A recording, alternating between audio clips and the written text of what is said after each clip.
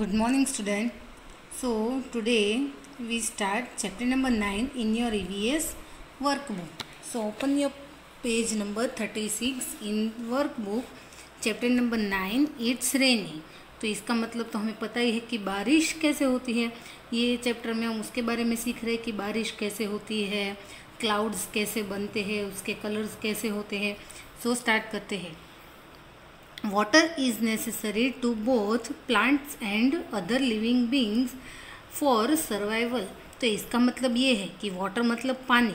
तो पानी प्लांट हो या फिर एनिमल हो या फिर हम ह्यूमंस, सबके लिए पानी सबसे ज़्यादा इम्पॉर्टेंट है. अगर उसको ज़िंदा रहना है तो उसको फूड के साथ और किसकी ज़रूरत पड़ती है? वाटर की, मतलब कि पानी की. कि बिना पानी के प्लांट हो या फिर कोई दूसरा एनिमल या ह्यूमन बीइंग, सब लोग ज़्यादा से ज़्यादा एक दिन रह सकते हैं. उसके बाद तो उसको पानी चाहिए ही चाहिए. अगर वो ज़्यादा टाइम तक पानी नहीं पिएंगे तो उसकी हालत ख़राब होने लगती है. Rain is a main source of water. बारिश जो है वो पानी का सबसे मेन सोर्स है. जैसे कि रिवर, ओशियन, लेक, हमारे घर पे जो वाटर टैंक है, ये सब में पानी तो होता है, बट सबसे मेन जो पानी का सोर्स है वो कौन सा है? रेन. अगर बारिश ही नहीं होगी तो सबके यहाँ पे पानी तो होगा ही नहीं. तो रेन की वजह से ही सभी जो रिवर्स है, ओशियन है, लेक है, ये सब कुछ भर जाता है. तो वाटर का मेन सोर्स कौन है? बारिश. आफ्टर रेनफॉल, बारिश के बाद, we see rainbow in the sky. हम स्काई के अंदर क्या देखते हैं? रेनबो देखते हैं. तो रेनबो कैसा होता है? 7 कलर्स वाला होता है कि नहीं? सो रेनबो तो सबने देखा ही होगा, देखा है ना, जो हमने टेक्स्ट बुक में देखा था, है ना, रेनबो, जिसके अंदर 7 कलर्स होते हैं. तो बारिश के बाद कभी कभी हमें रेनबो भी दिखाई देता है. और रेनबो कंसिस्ट 7 कलर्स. रेनबो के अंदर कितने कलर्स होते हैं? 7 कलर्स होते हैं. Violet, Indigo, blue, green, yellow, orange और रेड. तो ये जो कलर है वो रेनबो में फॉर्म होते हैं, मतलब कि बनते हैं. तो देखो, वायोलेट मतलब ये, फिर Indigo, violet, Indigo, blue, green, yellow, red, orange और रेड. तो वायोलेट कलर ऐसा होता है जो एकदम डार्क ब्लू जैसा होता है. इंडिगो जो है वो थोड़ा सा लाइट कलर होता है उससे. ब्लू कलर तो सबको पता ही है, ये पेंसिल जैसा कलर. फिर green colour, yellow colour, orange colour और रेड कलर. तो ये जो है वो 7 कलर्स है जो रेनबो के अंदर बनते हैं. These colors emerge out of the split of sunlight. तो इसका मतलब है कि जब बारिश के बाद जो कहीं कहीं पे बारिश के जो ड्रॉप्स है वो रह गए हैं, तो उसमें से सनलाइट निकलती है. सूरज निकला है तो उसके साथ सनलाइट भी निकलती है. तो वो सनलाइट जो है वो जो बारिश की बूंदें हैं उसमें से निकल के आती है. तो इसकी वजह से क्या बनता है? रेनबो बनता है. Rainbow is the formation of passing sun rays in the sky through the water droplets.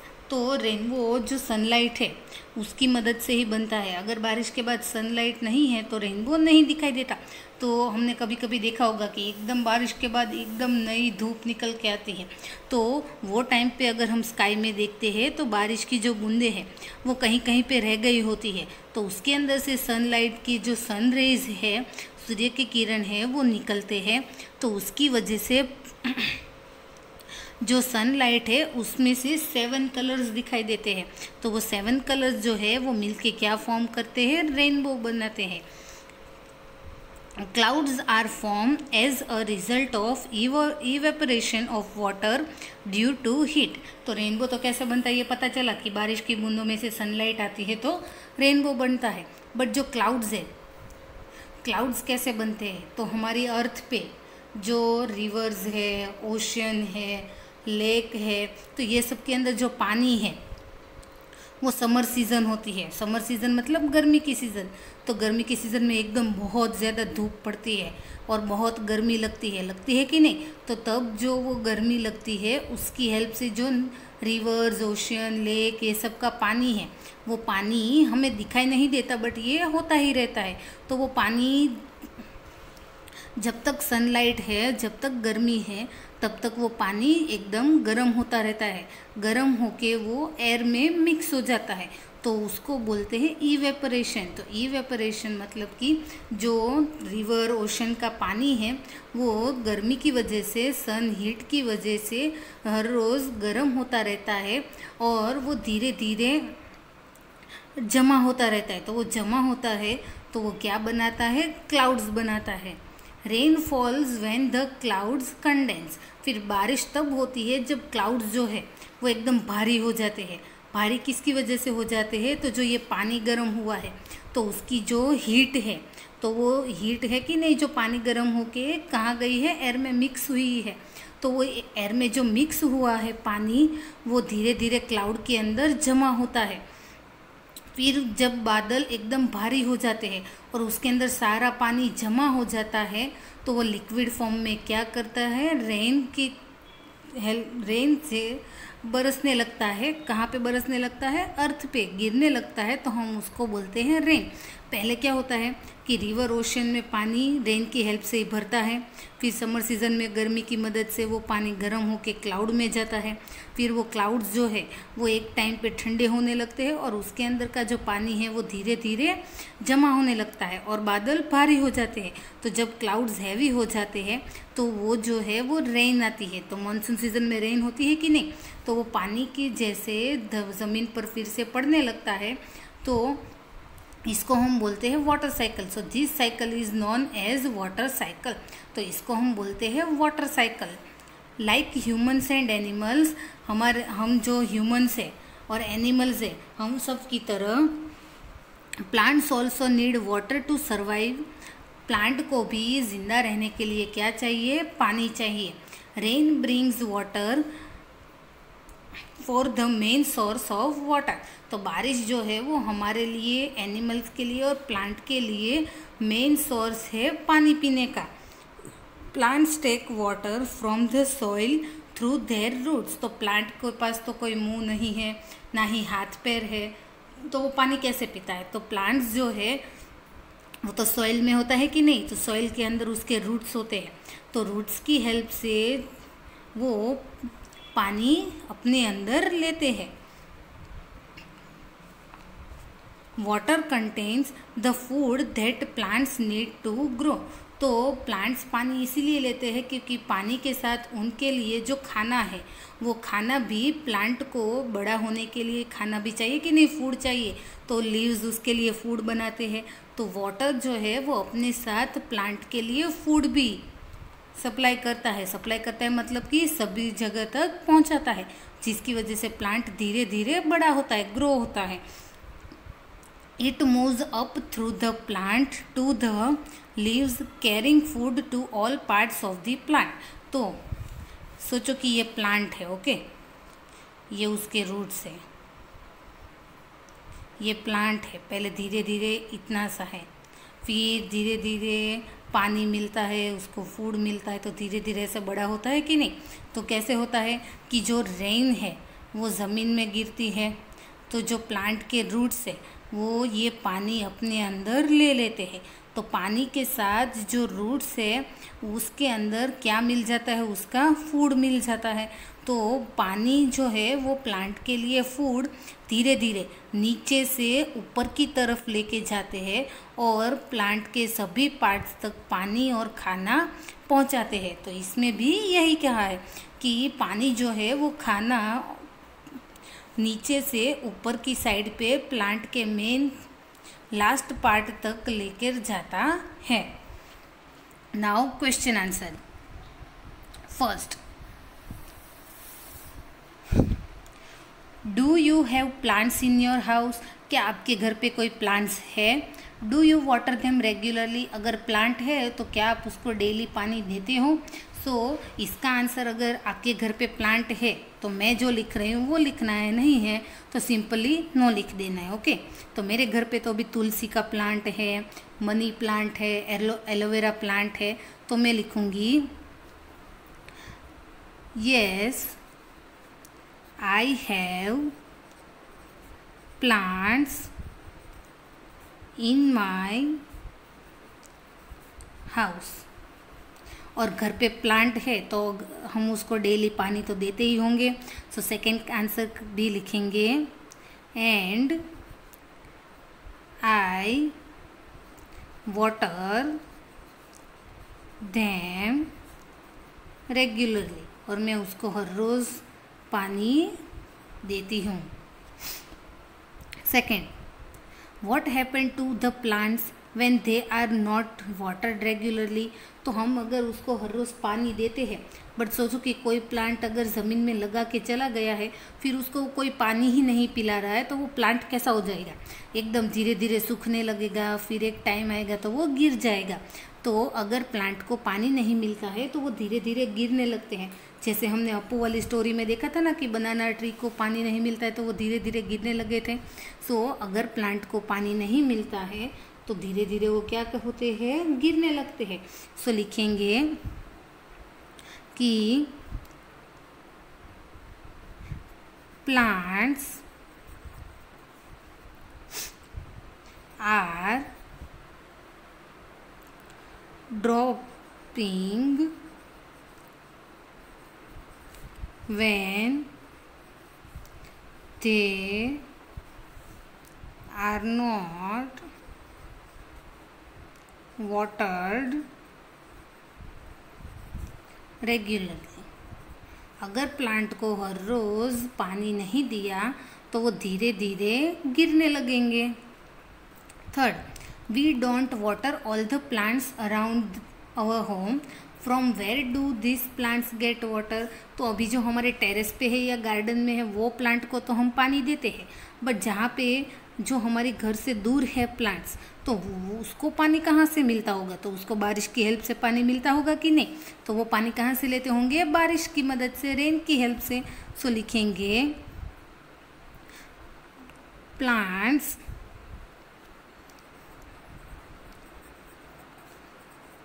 get water from rain। तो वो प्लांट पानी कहाँ से लेते हैं, बारिश की हेल्प से। Fourth, how do plants look when it rains. तो जब बारिश होती है तो प्लांट कैसे दिखते हैं, तो ये तो हम सबको पता ही है कि जब बारिश होती है तो प्लांट एकदम नए नए ग्रीन दिखने लगते हैं, कि जैसे कि इसको किसी ने नहला दिया हो, वैसे नए नए ग्रीन लगते हैं कि नहीं। सो प्लांट कैसे लगने लगते हैं, plants looks green when it rains. जब बारिश होती है तो प्लांट ग्रीन दिखने लगते हैं। Fifth, what is the main source of water. तो ऑब्वियसली मेन सोर्स कौन सा है वाटर के लिए, रेन। सो लिखेंगे rain. Now tick the correct answer. हमें ऑप्शन दिए, उसमें से राइट आंसर पे क्या करना है, टिक करना है। Animals and plants need water comma oil for their survival. तो एनिमल हो या प्लांट, सबको जिंदा रहने के लिए पानी चाहिए या ऑयल चाहिए। तो किसके लिए जिंदा रहने के लिए, तो सबसे पहले क्या चाहिए, वाटर चाहिए ना, तो वाटर पे टिक करेंगे। B, rain comma river is the main source of water. तो पानी के लिए मेन सोर्स कौन है, rain. C, plants look green comma yellow when it rains. तो जब बारिश होती है तो प्लांट कैसे दिखते हैं, green. D, clouds condense comma evaporate to give rain. तो बारिश के लिए क्लाउड जो है उसको गर्म होना ज़रूरी है या ठंडा होना, तो क्या होना ज़रूरी है, कंडेंस होना। यहाँ पे देखो लिखा है कि नहीं कि rain false when the clouds condense, कि जब बारिश होने वाली होती है तो क्लाउड्स जो है वो एकदम भारी हो जाते हैं, ठंडे हो जाते हैं, जिसकी वजह से बारिश होती है। ई रेनबो कंटेन्स 7, 10 कलर्स। सो रेनबो में कितने कलर्स होते हैं? कितने होते हैं? 7। सो टिक करेंगे 7। Next page, match the following. तो इसमें हमें लाइन की पैटर्न नहीं बनानी है। 1 2 3 4 5 6 दिया है ना, तो वही नंबर हमें क्वेश्चन की बाजू में राइट आंसर है वो लिख देना है। सो रेन, तो पहले तो हम बी पार्ट देख लेते हैं। तो पहला है रेनी सीजन, बारिश की सीजन। सेकेंड है थंडर, मतलब जो बिजली गरजती है।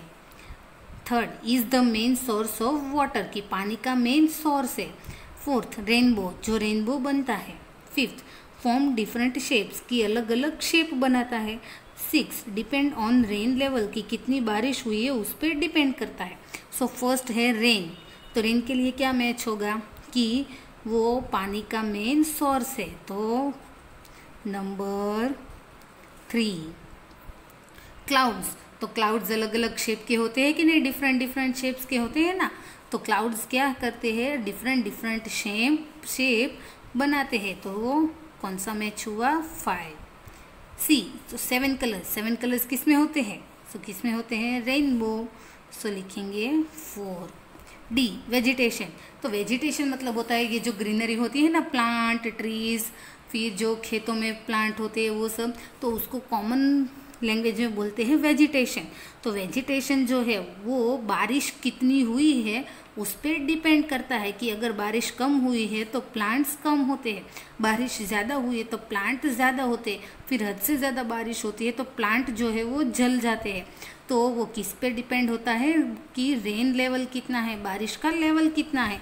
सो मैच क्या हुआ? नंबर 6। लाइटनिंग, तो लाइटनिंग कब होती है? जब थंडर होती है। थंडर मतलब कि बिजली गरजती है। तो क्या मैच होगा? नंबर 2। एंड एफ मॉनसून, तो मॉनसून को और दूसरे क्या नाम से बुलाते हैं हम? रेनी सीजन, बारिश की सीजन। तो नंबर 1। नाउ 1 सेंटेंस वाले आंसर है। सो स्टार्ट करते हैं। How many colours a rainbow is made of. तो ऐसा पूछा है कि रेनबो बनता है तो उसमें कितने कलर्स होते हैं।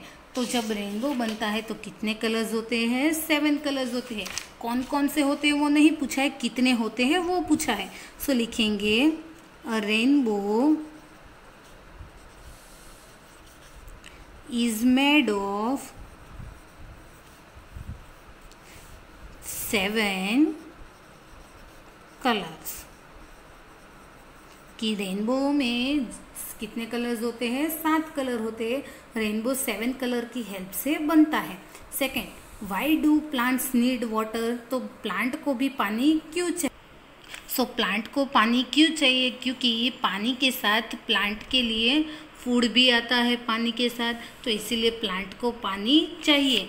तो यहाँ पे हमने देखा ना कि water contain the food that plants need to grow, कि प्लांट को बड़े होने के लिए जो खाना चाहिए वो कौन लेकर आता है? वाटर, पानी लेके आता है, इसीलिए प्लांट को भी पानी चाहिए। सो लिखेंगे बिकॉज वाटर कंटेन्स, फिर क्या है? The food that plants, the food that plants need to grow। क्योंकि प्लांट को पानी इसीलिए चाहिए क्योंकि प्लांट को जो बड़े होने के लिए फूड चाहिए वो कौन लेके आता है अपने साथ? पानी लेके आता है, इसलिए। See, why does rainbow look so beautiful. तो रेनबो इतना अच्छा क्यों लगता है? तो सोचो कि रेनबो में अगर एक कलर होता तो हमें देखने में मज़ा आता। तो रेनबो में तो एक साथ कितने कितने कलर्स दिखाई देते हैं? 7 कलर्स दिखाई देते हैं, इसीलिए देखने में अच्छा लगता है कि नहीं? सो लिखेंगे बिकॉज रेनबो हैज़ 7 कलर। क्योंकि रेनबो में कितने कलर्स होते हैं, 7 कलर्स होते हैं, इसीलिए वो एकदम ब्यूटीफुल दिखता है। D, what promise did Apu make to the banana trees. तो ये तो स्टोरी के क्वेश्चन आंसर है, तो इसके लिए स्टोरी देखनी पड़ेगी ना। तो क्वेश्चन ऐसा है कि अपू बनाना ट्रीज को क्या प्रॉमिस करता है। तो अपू बनाना ट्री को क्या प्रॉमिस करता है जब वो पानी पिलाता है, तो देख लेते हैं स्टोरी में।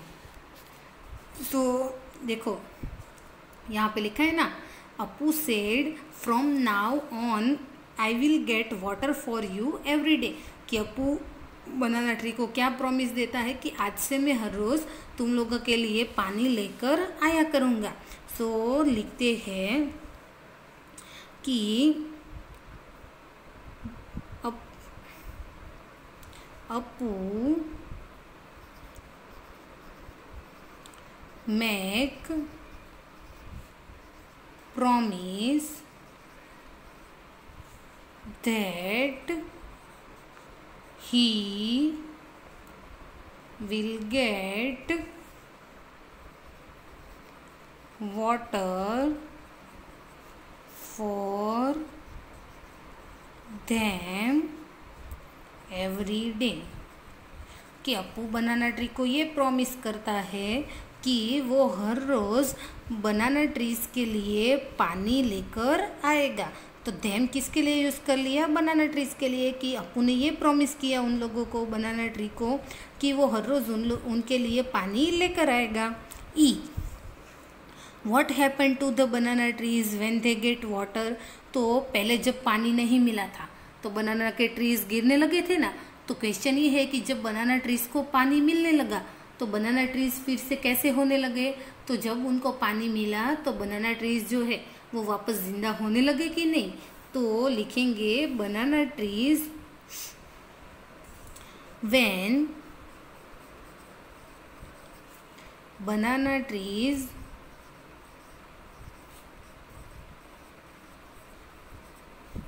got water they came alive। कि जब बनाना ट्री को पानी मिलने लगा तो फिर से वो कैसे हो गए, जैसे एकदम नए प्लांट लगाए हो वापस जिंदा हो गए हो वैसे होने लगे। नाउ नेक्स्ट, सो ये है water cycle. So water cycle दी है, उसको हमें सेंटेंस में यहाँ पे लाइन में लिखना है। तो इसके लिए तो पहले वाटर साइकिल समझनी पड़ेगी। तो ये सब तो हमने देखा है, बट इसको वाटर साइकिल कैसे बोलते हैं वो अब देखते हैं। सो सन जो है वो क्या देता है, सनलाइट देता है। सो सनलाइट जो है वो कहाँ पे पड़ती है, अर्थ पे पड़ती है।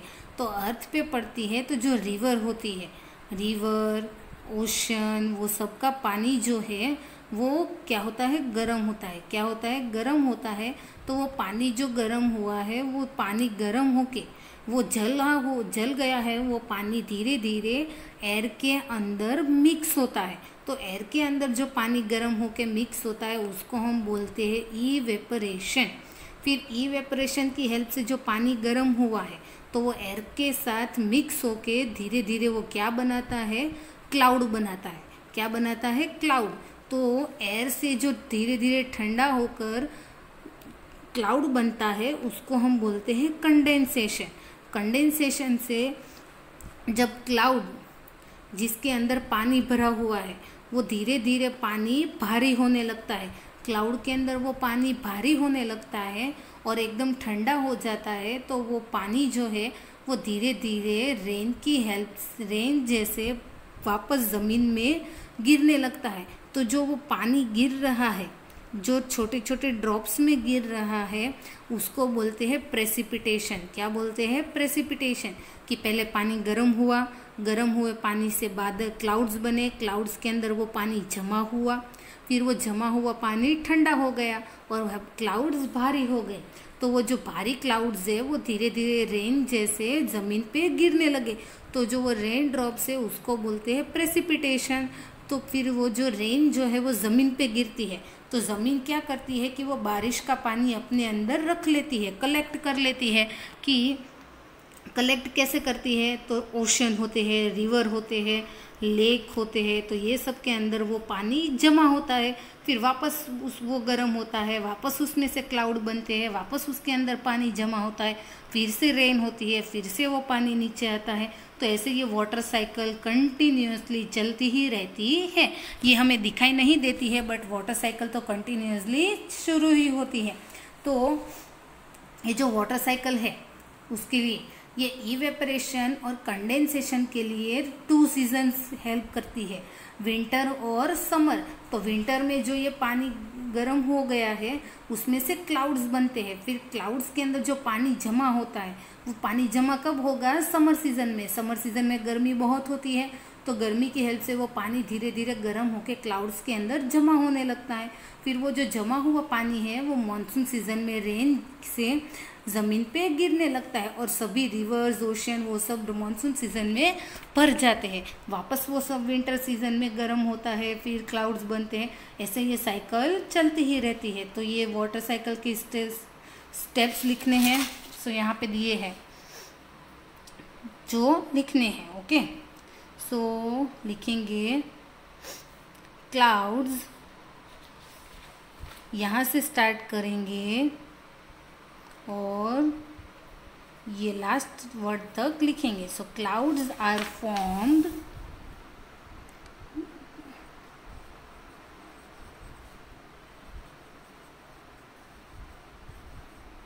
फिर आपको वहाँ से स्टार्ट करना है, और मैंने जहाँ तक दिखाया ये वाटर साइकिल तक, ये 2 लाइन जो है यहाँ से लेके यहाँ तक, ये वाटर साइकिल के स्टेप है, वो आपको ये दोनों लाइन यहाँ से लेकर यहाँ तक यहाँ पे कॉपी करनी है। ये वाटर साइकिल के स्टेप्स है। Next last question, tick the object that are required in a rainy season. तो हमें वो ऑब्जेक्ट पे, वो चीज़ पे टिक करना है जो हमें बारिश की सीज़न में हेल्प करती है। सो फर्स्ट अम्ब्रेला, हाँ मानसून सीजन में अम्ब्रेला तो प्रोटेक्ट करती है हमें। सेकंड शूज़, ये जो शूज़ है वो भी ऑब्वियसली ये प्लास्टिक शूज़ भी हमें हेल्प करते हैं। फिर सोफ़ा, अरे रेन सीजन में हम सोफ़ा कहीं लेके जाते हैं तो ब्लैंक रहने देना है। फिर कैप, तो कैप जो है ये भी हम पहन के जाते हैं ना कभी कभी, तो हेल्प करती है। फैन कभी हेल्प करता है मानसून सीजन में, हम साथ में लेके नहीं जाते हैं तो ये रहने देना है। और रेन कोट तो सबसे ज़्यादा हेल्प करता है, तो टिक कर देना है। ओके, ये वाटर साइकिल का स्टेप याद से लिख देना। सो यहाँ पे ये चैप्टर ओवर होता है। ओके।